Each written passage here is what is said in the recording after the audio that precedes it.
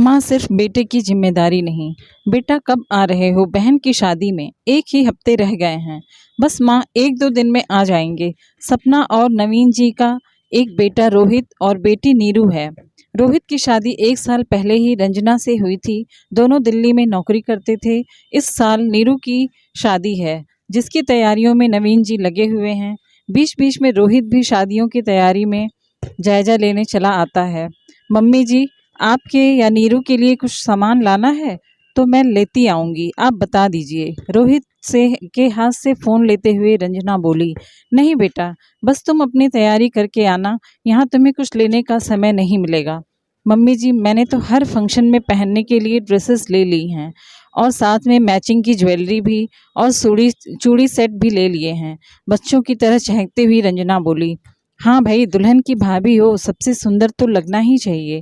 चलो ठीक है बेटा, फ़ोन रखती हूँ। 2 दिन बाद रोहित का फ़ोन आया, पापा रंजना नहीं आ पाएगी, उसकी मम्मी का मेजर हार्ट अटैक आ गया है। उसके भैया भाभी को दूसरे शहर से आने में वक्त लगेगा, तब तक रंजना को उनके साथ हॉस्पिटल में ही रहना पड़ेगा। हमारी फ़्लाइट आज शाम की है, इसलिए मैं ही आ रहा हूँ। ऐसा कैसे हो सकता है कि ननद की शादी में बहू ना आए? एक ही बहू है हमारी, लोग क्या बोलेंगे? नीरू के ससुराल वालों को मैं क्या कहूँगा? बहू का भाई देखे अपनी माँ को, ये उसकी जिम्मेदारी है। तुम बहू को लेकर तुरंत यहाँ पहुँचो, सुन रहे हो ना? नवीन गुस्से में बोले। तभी नवीन के हाथ से सपना ने फ़ोन ले लिया। रोहित, रंजना को वहीं रहने दो। इस समय समधन जी को किसी अपनों की ज़रूरत है। रंजना रहेगी तो उनकी हिम्मत बंधी रहेगी। अपनों का प्यार विश्वास हो तो इंसान जल्दी ठीक हो पाता है। लोगों की चिंता मत करो, उनके कुछ कहने के डर से हम अपनों को बीमारी हालत में अकेला नहीं छोड़ सकते। बहू को कहना सब ठीक हो जाएगा, चिंता ना करें। सपना के ऐसा कहने से नवीन की नाराज़गी और बढ़ गई। तुम्हें किसने कहा बीच में बोलने के लिए? तुम्हें ना कोई जानता है और ना कोई पहचानता है। लोगों के सवाल का जवाब तो मुझे देना पड़ेगा। क्यों, क्या मेरे बेटे बहू पर मेरा अधिकार नहीं? और मैंने गलत क्या बोला? हर गलत बात को दोहराना ही क्या इस घर का रिवाज है? सपना का तीर निशाने पर लगा। नवीन के आगे बोलने की हिम्मत नहीं हुई, बस गुस्से में बड़बड़ाता हुआ चला गया। जानता था सपना किस बात का दर्द लिए आज तक बैठी हुई है। सपना की आंखों से आंसू बहने लगे। उसे आज भी उन यादों को याद करना मुश्किल हो रहा था। उसके चचेरी ननद की शादी थी। उसी दौरान उसकी मम्मी की तबीयत भी बहुत ख़राब हो गई थी।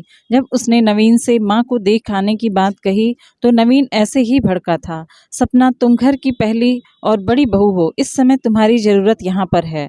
वहाँ तुम्हारा भाई है, वो देख लेगा। तुम्हारा फ़र्ज पहले ससुराल के लिए है, ना कि मैके के लिए। उसने बड़ी आस भरी नज़रों से सासू माँ की तरफ देखा, पर उन्होंने भी उसका साथ नहीं दिया। पूरी शादी में अपने आंसुओं को छिपाकर होठों पर मुस्कुराहट बिखेरना कितना मुश्किल था, वही जानती है। अगले दिन उसे अपनी मम्मी के देहांत की खबर मिली। ऐसा नहीं था कि वो बहू के ना आने से दुखी नहीं थी, लेकिन फिर भी वो चाहती थी कि रंजना अपनी माँ के पास रहे, क्योंकि माँ सिर्फ बेटे की जिम्मेदारी नहीं होती। आज भी उसकी आंखों में आंसू थे, मगर खुशी के।